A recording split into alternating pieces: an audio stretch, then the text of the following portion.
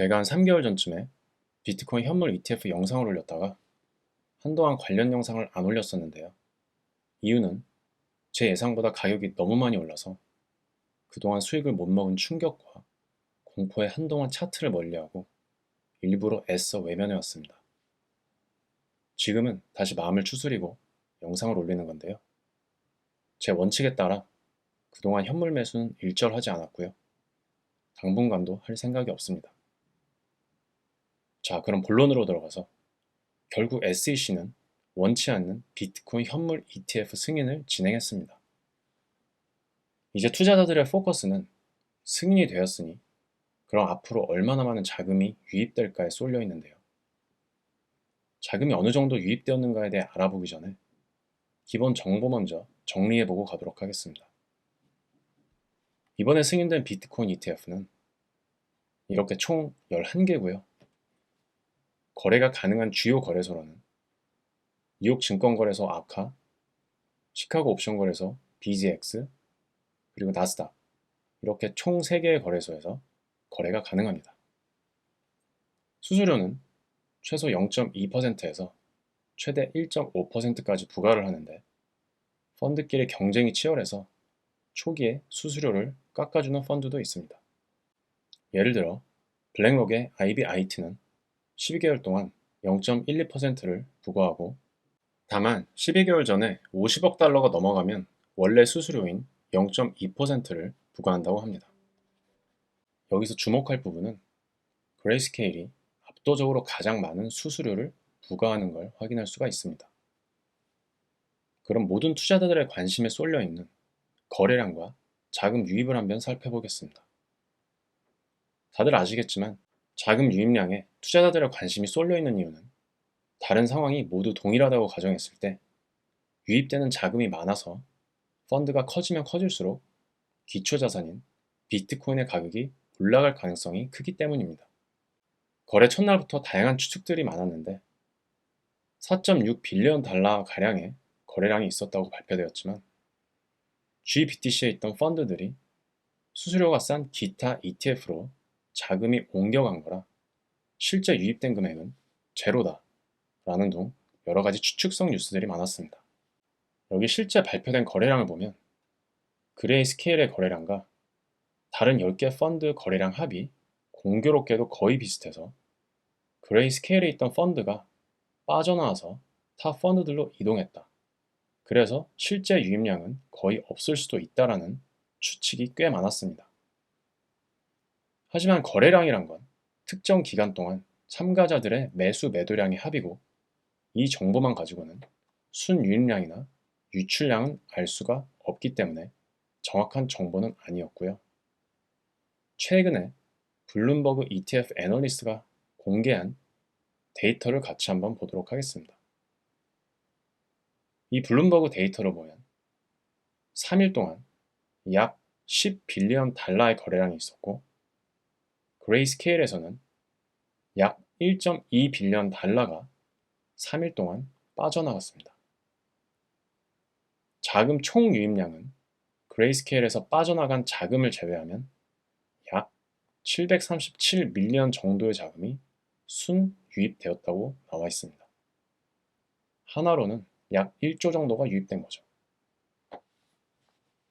데이터를 보면 그레이스케일, 블랙록, 피델리티에서 발행한 ETF가 거래량의 90% 이상을 차지하고 있고 블랙록이나 피델리티는 네임밸류가 상당히 높은 자산형사라 향후에도 순위에는 큰 변화가 없을 것으로 보입니다. 그리고 블룸버그 ETF 시니어 애널리스트로 유명한 에릭 발추나스에 의하면 2023년에 출시된 500개의 ETF의 총 거래량이 약 4.5억 달러에 불과하며 블랙록의 아이빗 하나가 2023년에 출시된 모든 ETF들의 거래량보다도 높다고 하니 비트코인 현물 ETF의 인기가 얼마나 높은지 짐작해 볼 수가 있습니다. 자, 지금까지 데이터만 보면 비트코인 현물 ETF의 출시는 매우 성공적이라고 볼 수 있을 텐데요. 향후 더 많은 개인들과 기관들이 비트코인의 가치에 대해 인지하고 매수를 하고 401k와 같은 퇴직연금에도 포함이 되는 날이 온다면 비트코인은 또다시 큰 상승을 할 수 있을 거라 믿어 의심치 않습니다. 다만 아직 출시한 지 3일밖에 되지 않았고 거래량은 계속 떨어지는 추세입니다. 게다가 비트코인 현물 ETF를 부정적으로 보는 대형 기관들도 아직 존재하기 때문에 향후 단기에서 중기적 흐름이 어떻게 변할지에 대한 예측은 힘든 상황이라고 볼 수 있을 것 같습니다. 그럼 이쯤에서 다소 비판적인 시각도 함께 살펴보면서 전문가들이 비트코인 현물 ETF 상승 요인으로 언급한 부분들에 대해 분석해 보도록 하겠습니다. 먼저 블랙록의 라이벌인 전 세계 AUM 기준 랭킹 2위인 뱅가드는 비트코인 현물 ETF 거래 지원을 하지 않는다고 밝혔습니다. 그 후로 일부 열성 고객들의 항의가 빗발치고 자금을 빼는 등 해프닝이 있었지만 아직 뱅가드 측의 입장은 변함이 없는 것으로 보입니다. 뱅가드가 비트코인에 대해 부정적인 기조를 유지하는 이유가 정치적인 이유 때문이라는 얘기도 있는데 정확한 이유는 뱅가드 고위 관계자들만 알겠죠. 하지만 시대의 흐름은 거스를 수가 없기 때문에 뱅가드도 결국엔 거래를 승인할 것으로 개인적으로 예상하고 있습니다. 다음으로는 비트코인 ETF를 금 ETF와 많이 비교를 하는데 금과는 다르게 암호화폐의 경우는 관심 있는 사람들이 이미 전 세계 수십 개의 거래소에서 그동안 거래를 해왔다는 건데요. 미국의 경우만 해도 코인베이스, 크라켄, 제미나이 등 대형 거래소들이 암호화폐 매수를 위한 달러 입금이 가능하고요. 또 한 가지는 금은 이미 모두에게 가치가 있는 자산으로 인정을 받고 있는 상황에서 상장을 했다는 것도 비트코인과는 큰 차이점이라고 볼 수 있을 것 같습니다. 다만 비트코인 현물 ETF 승인의 가장 큰 혜택은 비트코인을 제도권 안에서 거래가 가능해졌다는 것이고 그 의미는 그동안 모호한 법규 때문에 투자를 꺼려왔던 기관들이 이제는 마음 놓고 제도권에 편입해 규제를 받고 있는 ETF를 통해서 비트코인 구매가 가능해졌다는 건데요. 참고로 미국에서 암호화폐 투자자 데모그래픽을 보면 베이비 부머 세대가 아직 이 정도밖에 투자 경험이 없다고 나옵니다.